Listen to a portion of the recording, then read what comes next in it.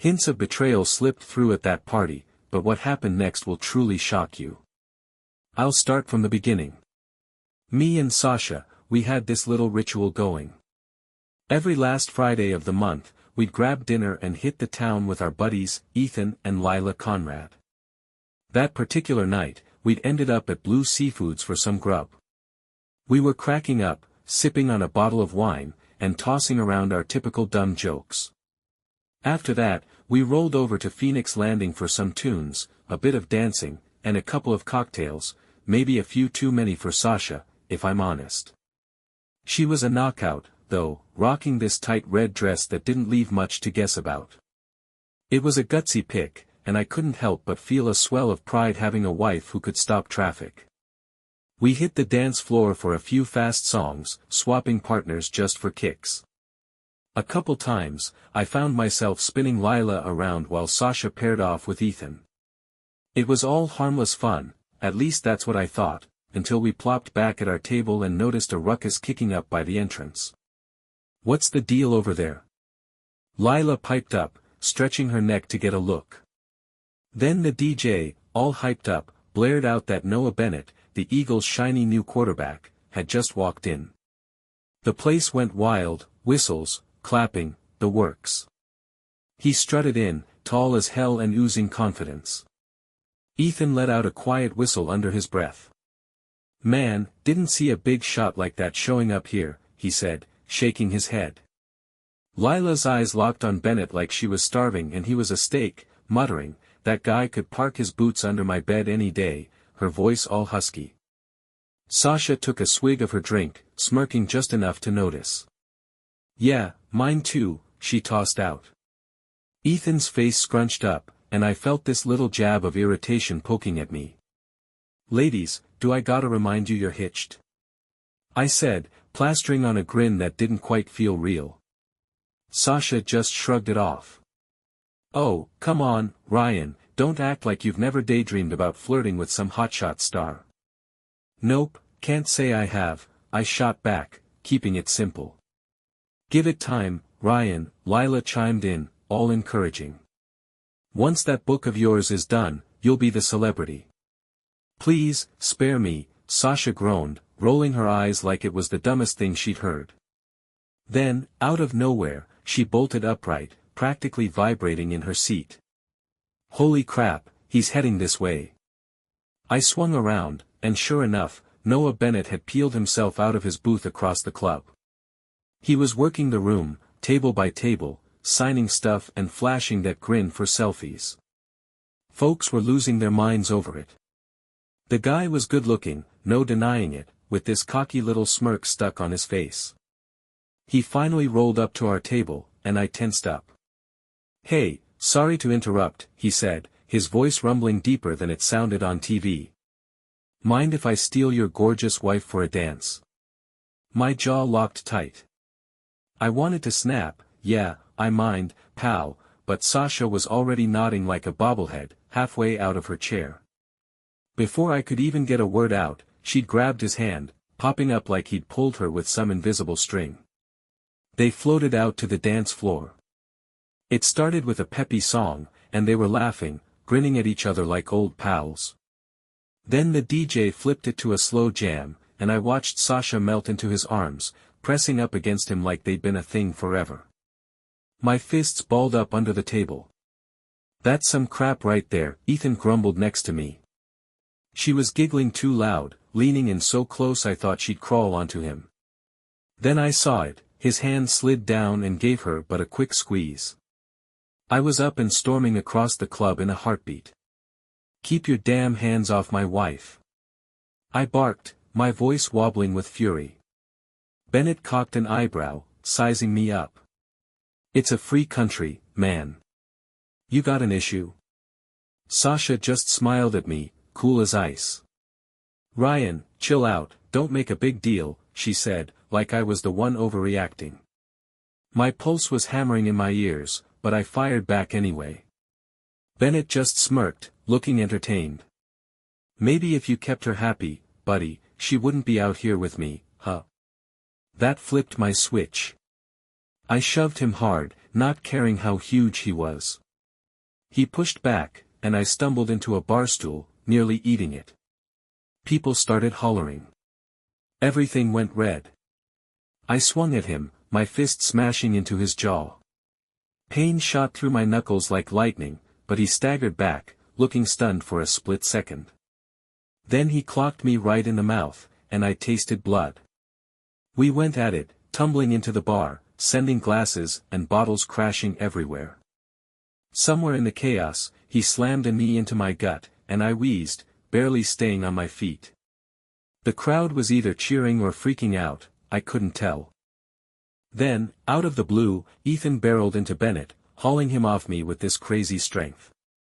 Ethan's the basketball coach around here, cool-headed as they come, not the type to scrap unless it's serious.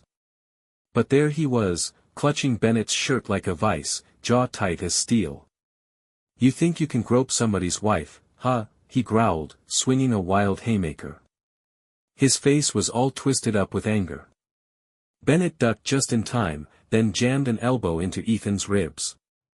Ethan grunted but didn't let up. He grabbed Bennett's collar and yanked him in close, noses almost touching. The bouncers finally shoved through the mob, snagging Bennett before he could swing again. One of them spun toward me and Ethan. "You two, get out, now." We stumbled outside, the cold night air slapping our hot faces.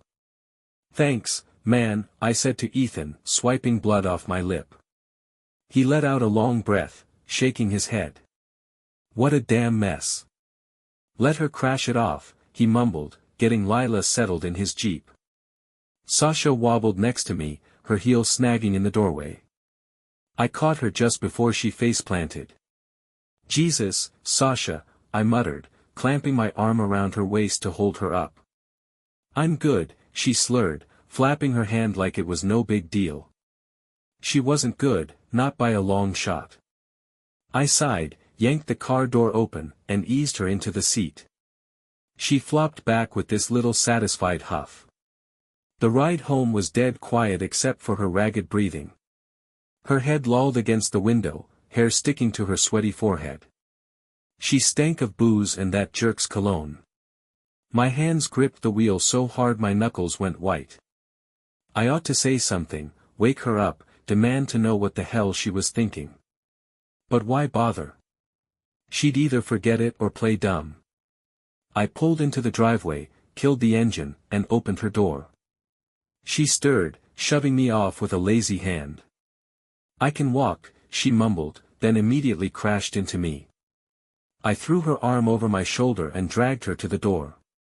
Inside, she kicked off her heels and flopped face-first onto the couch, out like a light.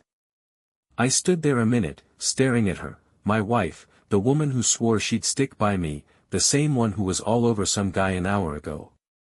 I choked down the sour taste in my throat, flicked off the lights, and left her there to sleep off whatever that was. Next morning, I was parked at the kitchen table, cradling a coffee mug. The clock wouldn't quit ticking, loud as a drum. Then I heard it, slow, shuffling steps creeping in. Sasha wandered into the kitchen, wrapped up in the couch blanket, barefoot on the hardwood. Her hair was a wreck, falling all over her face, mascara smeared under bleary eyes. She squinted at the sunlight pouring in, rubbing her head like it hurt just to be awake. She barely looked at me, just grabbed a glass, filled it with water, took a sip, and let out a shaky breath. Finally, she spun around to face me. "What in the hell went down last night?" she croaked, her voice all gravelly from sleep. I didn't say a word right off, just took a slow sip of my coffee, keeping my eyes on her. She scrunched up her face. "Why were you staring at me like that, Ryan?" I set my mug down real careful like. "You seriously don't remember?" "Oh my God," she gasped, barely above a whisper. "What happened to your face?" I let out a dry, bitter chuckle and shook my head. "You don't remember," I said again, slower this time. Something in how I said it made her sit up straighter. "Ryan, come on, spit it out," she pressed. "You know how I get when I've had too much, sometimes I just blank out." "Yeah, you blank out a lot," I shot back, keeping my tone flat as a board. Her jaw tightened, and I could see her getting prickly. So what, now I'm some lush just 'cause I went out and had a good time. I breathed out hard through my nose, trying to keep my cool. You were dancing with Bennett, I said. Let him run his hands all over you like it was nothing. And when I tried to step in, you told me to quit making a fuss. She huffed, scrubbing her hands over her face. Jesus, Ryan, you're acting like I went and slept with the guy or something, she tossed out, casual as can be, like it was no big deal. I kept my eyes locked on her, waiting, for a flicker of regret, a hint of shame, anything, but all I got was that same annoyed glare, like I was the one blowing it out of proportion. I shoved my chair back, the legs screeching against the floor, and snatched my keys, jamming them into my pocket. I gotta get to work, I muttered. I was halfway out the door, shrugging my jacket on, when I heard tires crunching over the gravel outside. I stopped short. It was Ethan's red Jeep. He climbed out, a Tupperware tub in one hand, rolling up his sleeves with the other. Hey, he said, tipping his head toward the house. Lila figured Sasha could use some soup, sent me over with it, he added. I glanced at the container, then up at him. His face was steady, hard to read, but familiar as ever. That's real nice of her, I said, keeping my voice level. Ethan let out a breath, giving me a once-over. How's the jaw holding up? Hurts like hell, I admitted. What about your hand? He flexed his fingers, popping his knuckles. I'll survive, he said with a shrug. I let out a puff of air, not quite a laugh, not quite anything really. We just stood there for a second, sizing each other up. Last night, in the thick of that mess, Ethan was right there with me, throwing punches when I did, taking hits right alongside me. He'd had my back, same as always. Last night was a damn disaster, he said, cutting through the quiet. Yeah, I nodded. It sure was. I had to get to the newspaper office, another day, another deadline to chase. Last night was still gnawing at me, but at least work would give my brain something else to chew on. Ethan hung back with Sasha. Didn't even cross my mind to worry about it. The guy's like family to me, I trusted him, plain and simple. So I took off. But a few blocks down the road, it hit me, I'd left my press badge behind. I whipped the car around, peeling back into the driveway a little too fast. I shut off the engine and hustled up the steps, fumbling for my keys. Then I heard it, voices. I stopped dead. Through the half-open kitchen window, I spotted them, Ethan and Sasha. They were going at it, arguing. Ethan's back was to me, his big shoulders all stiff and squared up. Sasha was facing him, arms crossed tight, her face twisted into a scowl. I don't know what you expect me to say, she snapped, her voice sharp as a blade. I was hammered, all right. Ethan's reply was quieter, tougher to catch, but the irritation in it was loud and clear. That's no excuse, Sasha. You went too far, and you damn well know it. She let out a scoff. Oh, please, really? I stepped inside, letting them know I was there. The second Sasha's eyes landed on me, her whole body went rigid. Ethan turned, his face blank but controlled. What's going on here? I asked, keeping my tone steady as a rock. Ethan flicked his gaze from me to Sasha, then back again. I was just telling her she ought to treat you better, he said. It was a straight, no-nonsense answer, but something about how he said it felt off, like he was weighing each word, testing if I'd swallow it whole. I stared at him for a beat. This was my best buddy, the guy who'd stood shoulder to shoulder with me through thick and thin for years. Why would he bullshit me? I shoved the doubt down and nodded. Thanks, man, I appreciate it, I said. But I'll deal with my wife myself. Ethan held my look for a second longer, then gave a short nod and stepped away. Yeah, fair enough. Catch you later, he said, brushing past me toward the door. Sasha didn't even glance his way. She just stood there, arms still crossed, her face locked up tight, like she was bracing for me to lay into her. "Alright," I started. "It tears me up when you don't give a damn about yourself." She blew out a sharp breath. "I was drunk, Ryan," she said, like that explained everything. "You're always drunk," I fired back, not missing a beat. Her eyes lit up with fire. "Oh, so I've got a problem now," she sneered, shaking her head. "You tell me," I said dryly. "You know what? Maybe I wouldn't knock them back so much if I wasn't stressed out of my mind all the time." I let out a hollow laugh. "Oh, so now it's my fault." "Yeah, actually, it is," she snapped, stepping closer and jabbing a finger at me. "You dragged your dying dad into our house without even talking to me about it," she said. "I'm stuck creeping around, hearing him moan from the guest room, watching our cash drain into his care while you sit there fiddling with that book that's never gonna see the light of day." My jaw clamped shut tight. "I got a nurse, Sasha," I said. "She handles everything. He doesn't even step foot in here. How's he messing with your life?" She hugged her arms tighter.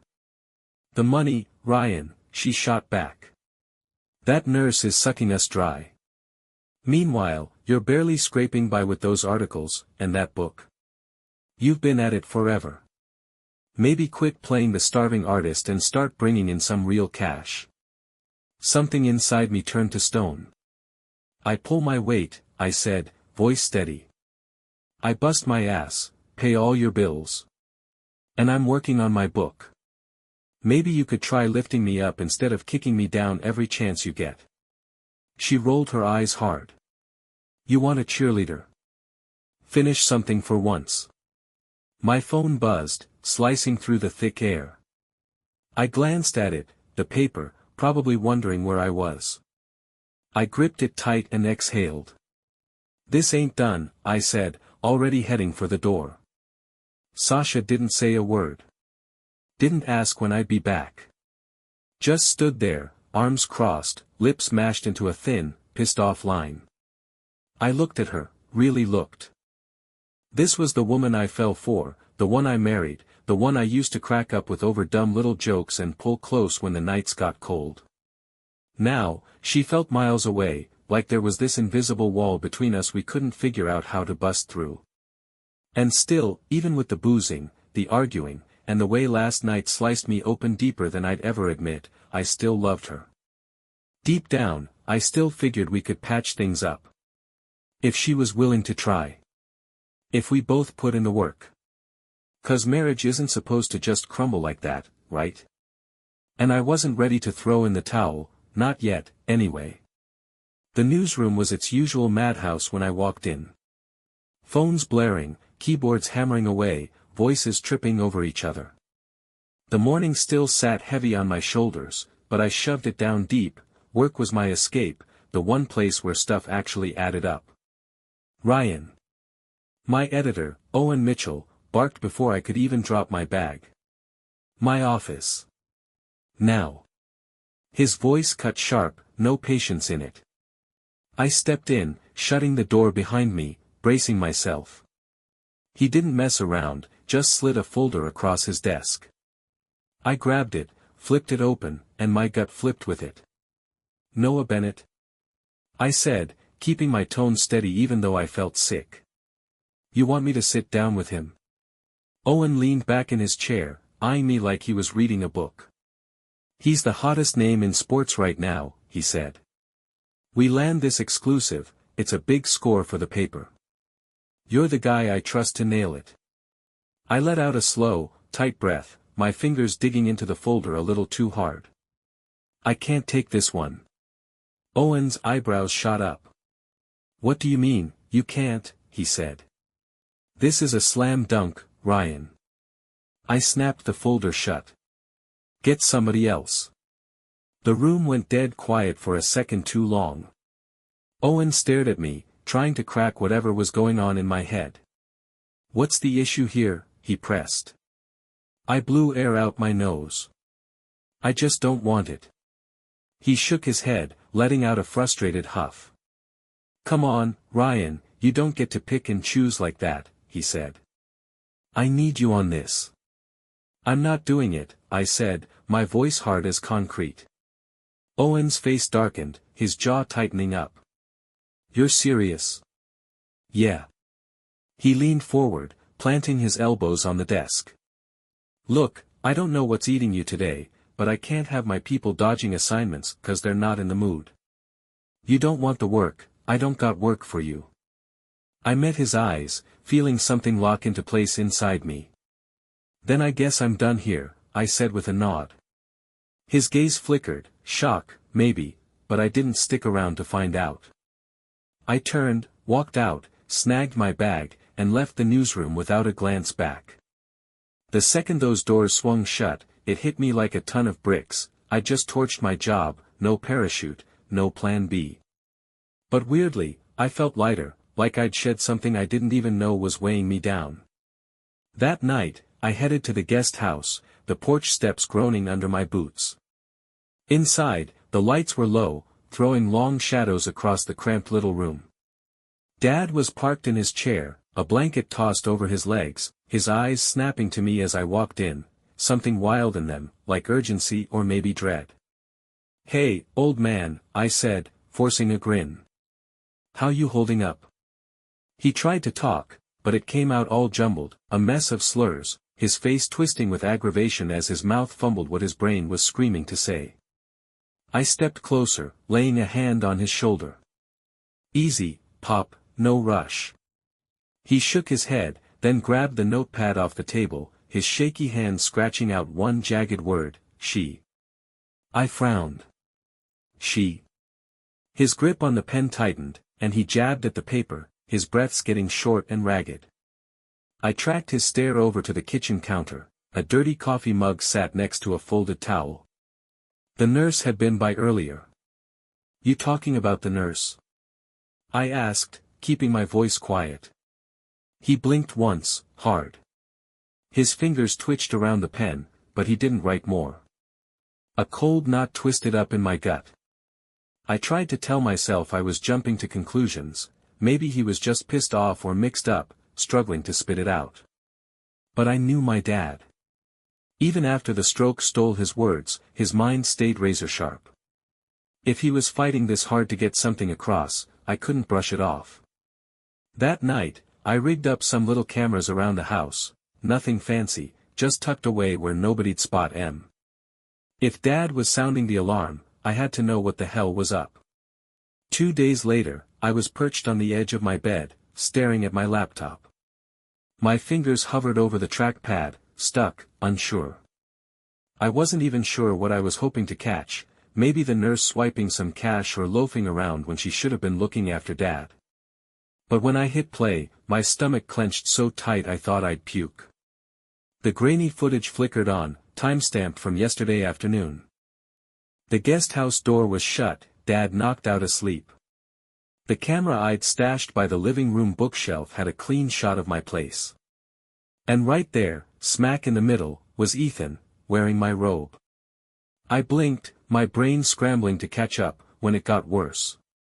Sasha strolled into the frame, barefoot, hair wet like she'd just hopped out of the shower.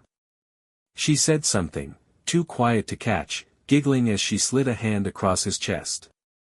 Ethan grinned, yanking her in by the waist, and then, right there on my damn living room table, they went at it like the world could have ended and they wouldn't care.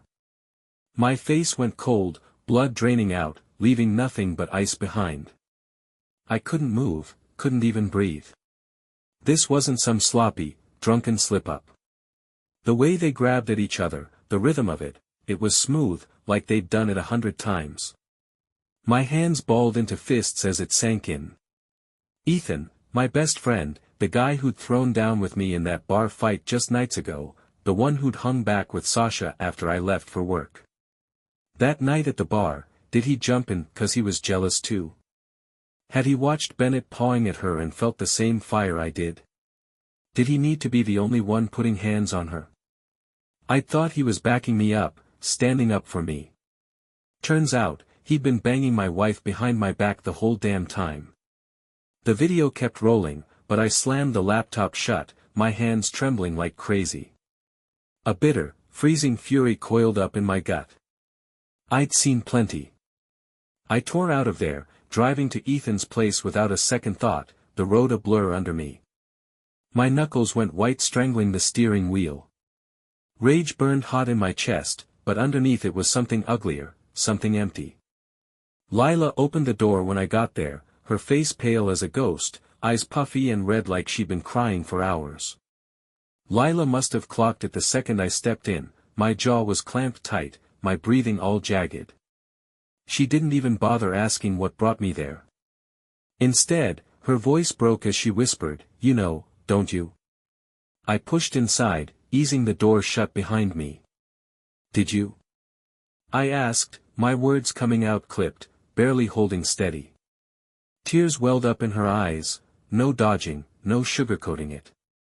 She pressed a shaky hand to her mouth, nodding as a soft sob slipped out. "I only figured it out a little while back," she managed, her voice choking. "I didn't know how to break it to you, Ryan. Didn't know if you'd already caught on or if..." She cut herself off, shaking her head like she couldn't finish the thought. I let out a sharp breath, dragging a hand through my hair. My chest felt like it was caving in, air stuck halfway down. Ethan, my ride-or-die buddy, and Sasha, my damn wife, the two people I should have been able to count on most, had been playing us both for fools this whole time. Lila swiped at her wet cheeks, hands trembling like leaves in a storm. Then, after a beat, she locked eyes with me, something fierce and broken burning in her stare. "We ought to make em pay," she hissed under her breath. I squinted at her. "What?" She swallowed hard, her face hardening as anger started clawing through the hurt. "We should hit em back," she said, stepping closer, her voice dropping low. "You and me, hurt em like they hurt us." My pulse kicked up, but not for the reason she was fishing for. I knew exactly what she was getting at, the way her eyes lingered, the way her fingers twitched like they were itching to grab hold of something. Of me. It'd be so damn simple, a quick, dirty payback. Ethan and Sasha had already shredded everything, crossed every line worth crossing. But as I looked at Lila, saw the raw pain twisting her up, the same ache I was carrying, it clicked. "This ain't the way," I said, quiet but firm. She blinked, caught off guard. "Ryan, I know what they did," I cut in, steady now. "But us hooking up. That won't fix a damn thing. Won't erase the sting." I shook my head. "It'd just turn us into them." She let out a shaky breath, her shoulders sagging as the truth landed. I could see it hit her, the quick flash of shame in her eyes, her hands balling into fists as she realized I wasn't wrong. I reached for the doorknob, pausing just long enough to say, "They don't deserve our respect. But we don't gotta toss ours out the window either."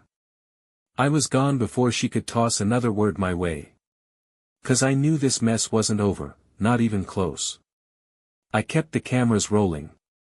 At first, it was just to nail down what I already suspected, to see it clear as day and kill off any lingering doubts. But the more I watched, the more it sank in, they weren't even pretending to hide it anymore. Not from each other. Not in my own house. Not even from my dad. That last part chewed at me hard. The way he'd scratched out, "she," on that notepad, the desperate look in his eyes, he knew. And if he'd caught wind of it, he must have seen something go down. Maybe Sasha figured the stroke had wrecked him enough that he wouldn't notice. Maybe she thought his garbled words wouldn't hold weight. But I knew my old man. Even with his voice shot, he was still sharp as a tack. If he was dropping hints about her screwing around, he had something solid. So I got him a little voice recorder. "Just hit this button when they show up," I said, pressing it into his shaky hand. He gripped it tight, gave me a nod, and I knew he'd use it. Next time I checked the footage, I braced myself for the usual, whispers, sneaky hands, kisses they thought stayed secret. But what I got was worse. Way worse. There was Ethan, back in my house. Sasha was sprawled on the couch, giggling like a kid, swirling a glass of wine. Ethan stood there grinning like a jackass, then dropped down to his hands and knees. I stared at the screen, my brain tripping over itself. Sasha clapped her hands like he was some toddler she was proud of. Ethan wiggled his hips like a damn dog wagging its tail, scooting toward her on all fours. Then he barked. What the hell was I watching? He let out this pathetic whine, nuzzling his head against her knee like a mutt begging for scraps. She reached down, ruffling his hair like it was a game, then pulled a little chunk of chocolate from her pocket and dangled it. Good boy, she cooed, all syrupy. Ethan plopped back on his haunches, mouth open wide, waiting like a trained pup. I slammed the laptop shut, my heart pounding so loud it drowned out everything else. This wasn't just cheating, this was some warped, messed up nonsense that made my stomach turn. I had all the evidence I needed now. They were gonna pay, and soon. The gym was packed to the rafters that night. The crowd was buzzing, the air crackling with hype as the players warmed up on the court. Sneakers screeched on the shiny floor, whistles cut through the noise, and the scoreboard blinked awake. Then he strutted in, Ethan. He marched his team out, chest puffed up like he was king of the damn world, wearing that smug confidence like a badge. Like he was untouchable. Like he wasn't a lying sack of crap about to get wrecked. I kept my eyes glued to him, but I knew she was there too, Sasha. She'd parked herself in her usual spot in the stands, legs crossed, acting like everything was peachy. She hadn't glanced my way yet. Maybe she figured I'd keep my mouth shut. Maybe she thought I wouldn't have the guts.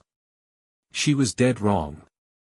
I bided my time, till the pre-game interviews kicked off. I stood in the press zone, mic steady in my hand as Ethan strolled over. He barely flicked his eyes at me, just another boring Q&A before the game, right? I lobbed a couple softballs first, lulling him into that easy rhythm. Then, when he wasn't expecting it, I dropped the bomb. Ethan, what's your take on cheating? On the court, in the game, or, say, in a marriage? His grin slipped. His eyes snapped to mine, sharp and searching now. He knew I knew, but he wasn't ready to ditch the mask just yet. What kinda question is that? He scoffed, forcing a smirk. You for real? I didn't flinch, didn't crack a smile. Out of the corner of my eye, I saw Sasha shift in her seat, her whole body went stiff, fingers digging into the armrest. Her head whipped toward the court. She'd heard it too. I yanked my phone out, hit play on the audio Dad had recorded, and let it rip through the speakers. It crackled to life, loud and clear, Sasha's voice, you know what's wild? Nobody's got a clue. Ethan's laugh rolled out next. Yeah, we've got this whole town snowed. Sasha again, they all think we're just pals, the perfect husband and wife. Ethan, if they only knew what goes down after those neighborhood shindigs. Sasha, with a smug little edge, too bad they'll never find out. The gym went dead silent for a heartbeat. Then it exploded, noise crashing in from every direction. Ethan's face drained white as a sheet. I swung my head around just in time to catch Sasha's smug little mask crack, her eyes went wide with pure, unfiltered panic. She bolted up from her seat like she could somehow slam the brakes on the train wreck coming her way. Right on cue, the gym's big screens flared to life. Ethan's whole body locked up, stiff as a board. The displays ditched the player's stats and flipped to something else, something way uglier. There he was, Ethan, down on all fours, barking like a mutt, whining, begging. For a split second, the whole place went dead still. Then it blew up. Laughter crashed in first, followed by a tidal wave of hoots and hollers from the crowd. Folks jumped to their feet, yelling, pointing, tearing into him. Beer cups sailed through the air, splashing across the court in messy arcs. Ethan spun around, eyes bugging out, terror creeping over his face as he saw himself up there, crawling, hips wiggling like a damn tail, licking Sasha's hand on those giant screens. Turn it off, he roared, whipping toward the AV booth. Too late, buddy. His team just gawked at him, jaws dropped. Players muttered to each other, heads shaking. The refs tried to wrangle the chaos, but the noise only swelled louder. The game was toast. Ethan staggered back, his head jerking from the screens to the jeering crowd to the exit, like some cornered critter hunting for an escape hatch. His career, his big shot reputation, everything he'd stacked up, crumbled right there in a heartbeat. And Sasha? She looked like a deer in headlights, stuck between bolting and freezing up, finally getting it through her skull what was hitting her. I caught her stare and flashed a grin, 'cause I wasn't even close to done.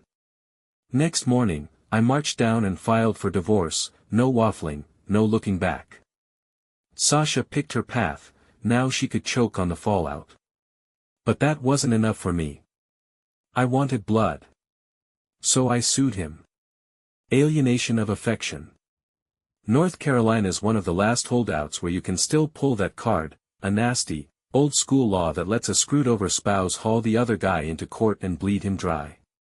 Ethan pushed back, naturally. Got himself a slick lawyer, played the part of the sorry family man, tried to spin it like it was just a dumb slip-up between two idiots who got swept away. But the proof didn't budge. Not that recording of him cackling about how they'd duped the whole town. Not the video of him yapping like a lapdog for Sasha. The judge sided with me. Ethan had to cough up, big time. His coaching gig was already circling the drain, no school's gonna touch a guy who got plastered across the news as a cheating, groveling clown. Now his wallet was taking a beating too. With the payout, I packed up and moved out with Dad. Finally free. No more busting my hump to bankroll Sasha's shopping binges, her boozy nights, or that nurse she bitched about like it was my fault. Now I took care of Dad myself. And for the first time in forever, I had space to sit, to breathe, to just be. So I started writing again. Decided to crank out another book. Knocked it out in a single month. The words just spilled out, faster than they'd ever come before, like a dam had busted loose. All that crap I'd waded through lit a fire under me, the betrayal, the lies, the sheer rush of breaking free.